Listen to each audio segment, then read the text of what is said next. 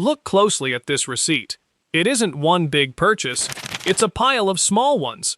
A couple of takeout orders, 2 premium coffees, a delivery fee here, a streaming subscription there, a dinner out with friends, a few impulse buys he doesn't even remember making. Add it all up, and it comes to exactly $300. To Marcus, it felt like pocket change, the kind of money that slips through your fingers by Tuesday without you ever noticing. But what Marcus did not know was that this exact $300 carried a quiet, almost invisible power.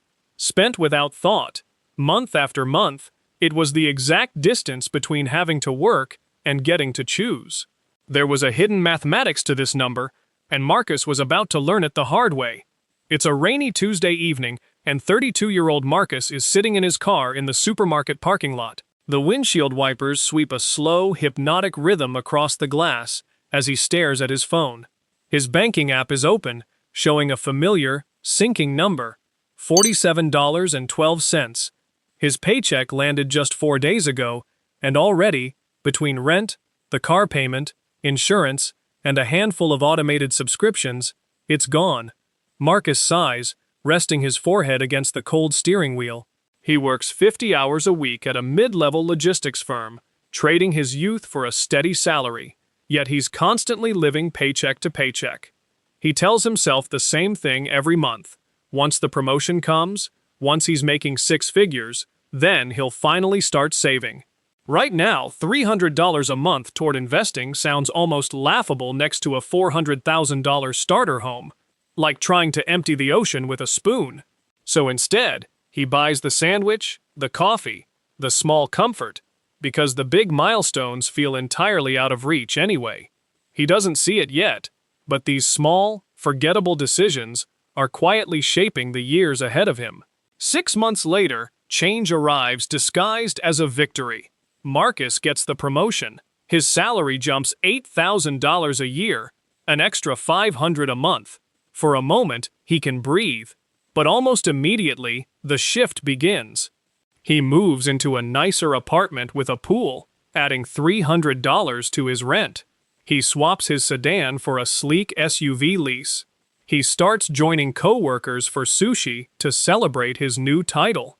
By month 3, Marcus checks his banking app on a Friday night. The $47 balance is back. The raise did not make Marcus richer. It simply gave his old habits more room to grow. Then the second wave hits. Not a slow creep this time, but a sudden blow. On a freezing November morning, his SUV makes a horrific grinding noise and dies on the highway. The transmission is shot. $2,800. With zero savings, he has no choice but to slide his credit card across the counter.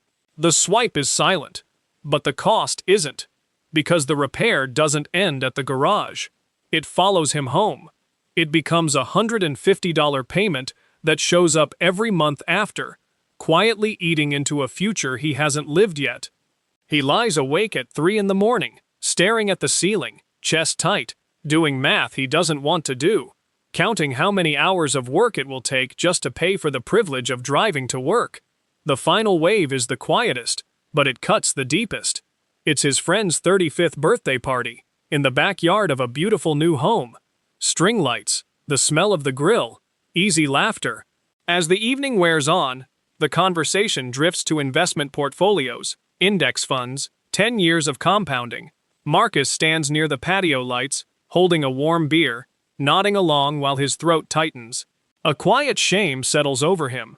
He owns the clothes, the leased SUV, the modern apartment, and underneath all of it, nothing. He's 35 years old, and if he stopped working tomorrow, he'd be 3 weeks from ruin. For the first time, Marcus understood the difference between looking successful and being free. That night, unable to sleep, Marcus opens his laptop in the dark. He's desperate for a way out, but the usual advice feels insulting. Cut the coffee, skip the avocado toast. He knows saving $3 a day on lattes isn't going to buy his freedom. So instead, he pulls up 90 days of transactions and just scrolls.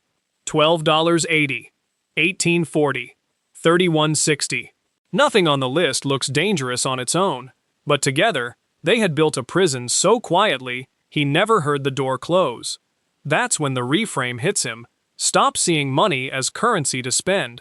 Start seeing it as an army of silent employees, workers who never sleep, never call in sick, never ask for a raise, and work around the clock for the rest of your life. Marcus used to see $10 as lunch. That night, he started seeing it as a worker. Every $300 he spent without thinking wasn't just $300. It was 30 of his most loyal employees, fired, sent away for good, so he builds something different. An automated transfer, $300, the day his paycheck lands, swept out of his checking account and into a low-cost index fund before he even has a chance to see it. Not savings, a payroll invoice to his future self, one his brain never gets the chance to negotiate down. At first, the progress looks agonizingly slow. By year 3, Marcus has contributed $10,800, and his balance sits around $12,000. The gains feel small enough to ignore. This is the danger zone where most people quit, convinced it isn't working.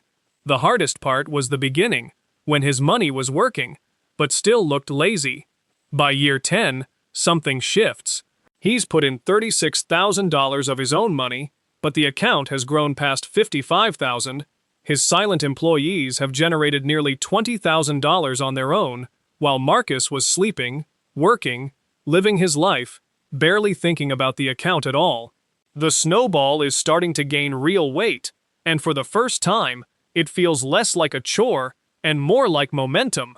By year 30, when Marcus is 55, the full picture comes into view. Over 3 decades, he's invested a total of $108,000, roughly $10 a day, the price of that lunch he used to buy without a second thought. But his account has grown to over $450,000. Out of that fortune, he only had to physically work for a fraction of it. The rest was built by his army of employees, laboring quietly in the background of his life while he slept, worked, and lived. To put it in perspective, his coworker Dave makes the exact same salary, works the exact same hours. Dave wasn't lazy. He wasn't stupid. He was Marcus without the wake-up call. New phone every year, every streaming package, living for the weekend, $300 a month, gone before he thinks twice about it.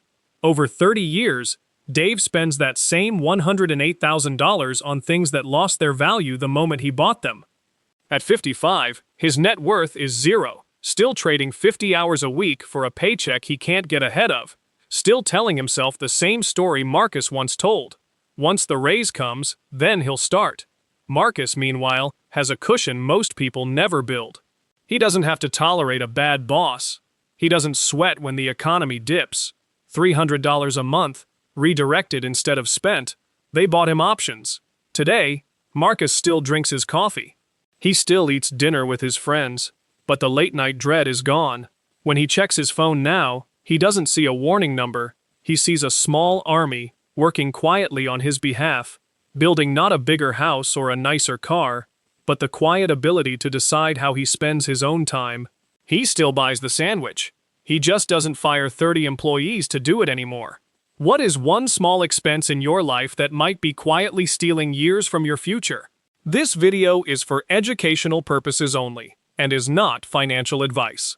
Outcomes vary based on your situation.